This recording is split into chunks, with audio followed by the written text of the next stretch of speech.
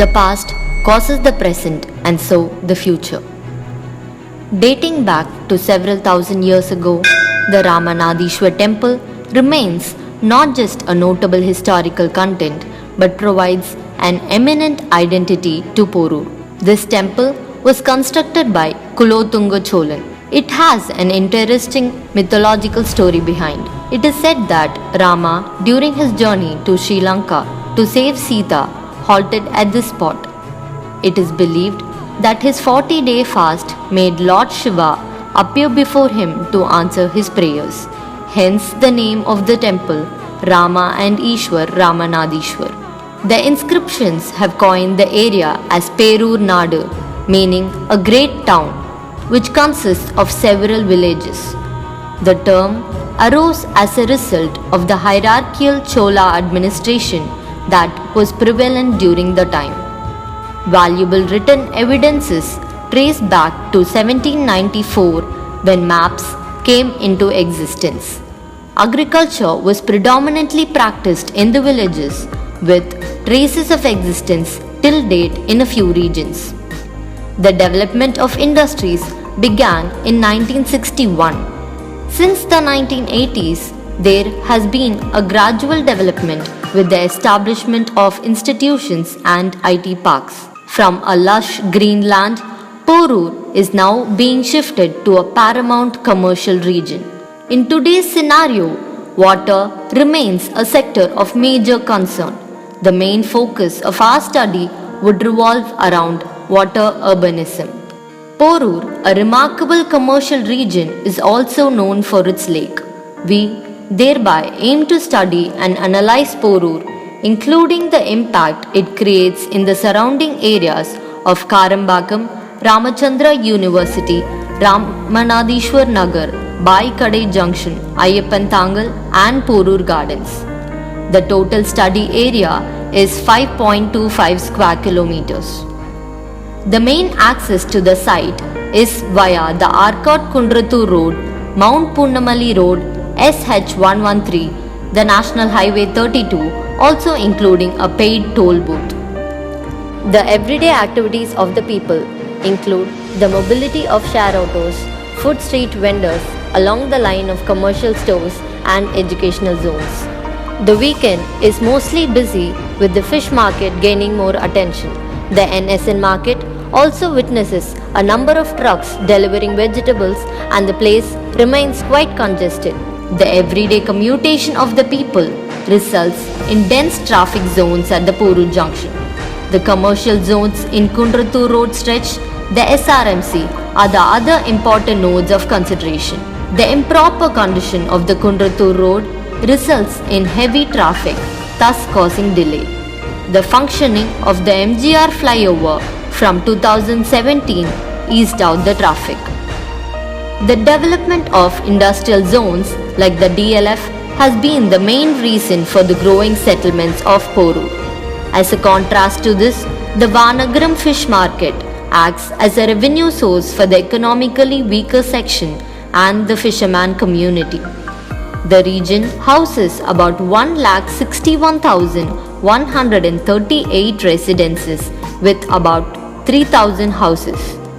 The typology of houses vary from villas, apartments, individual houses, densely populated areas to slum areas.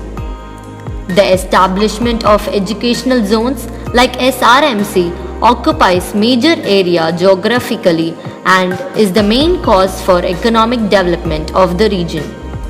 There is a balance of government and private educational institutions. The recreational section of the site is at a comparatively low level with 40% negative voids. The percentage of unbuilt area is 59%. Creation of more recreational zones would act as a breathing space to enhance community interaction. Even though the urban sprawl has been developed over the years, Porur still remains as one of the places to practice agriculture till today inside the city boundary. The cultural and religious zone is placidly spread all over Porur, highlighting the rich heritage and communal harmony. Water and electricity were the growing demands of the population. The main source of power is from Sriperumbudur and is transmitted to the Porur and SRMC substation through heavy transmission lines. Groundwater is the main source of water supply in Porur. Apart from this, the Veeranam lake also plays a very crucial role. Water from the lake is supplied to the water treatment plants, which is then stored in tanks and supplied to the households through underground pipelines. Stormwater system and drainage are aspects of major concern in Porur. The condition of drainage lines are not proper and in most cases is let out open on the roads. This affects the environment as well as the people, paving way to diseases. While the stormwater system is established in most of the areas, there is a lack of efficiency. There is leakage leading to the mixing of water with drainage. The Chennai bypass is the full access control expressway that interconnects 4 radial Indian National Highway around Chennai.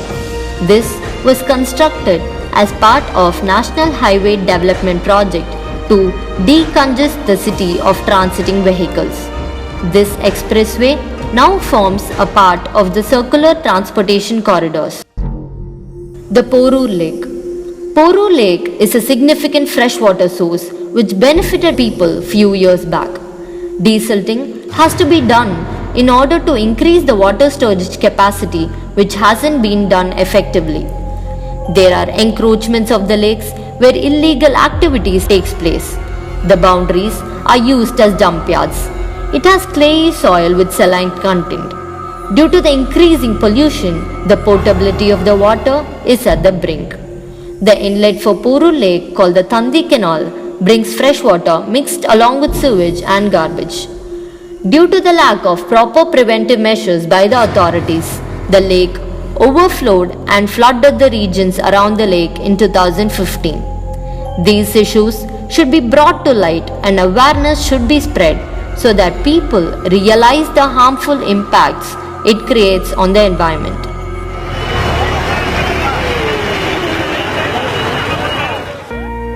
The lake had an area of about 1,000 acres during the 17th century, but at present the lake has only 200 acres of water storage capacity, with most of it being encroached by the construction of buildings. Porur, despite all its minor flaws, is one of the most important central core of Chennai city. The restoration of the lake would serve as a beneficial factor for the supply of water to meet the demands of the people not residing within the area alone but also the neighborhood areas.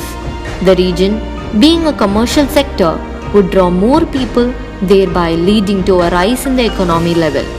Proper awareness and restoration methods would make the already notable Porur region an even more vital hub for a sustainable living of the future, elevating and enhancing the communal integrity and harmony as a whole.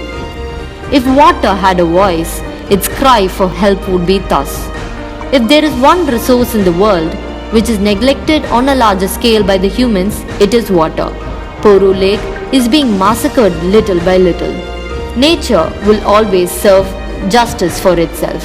The question is, are we going to save Porur Lake or should we get ready for another calamity like the 2015 Chennai flood? The call for this remains in our hands.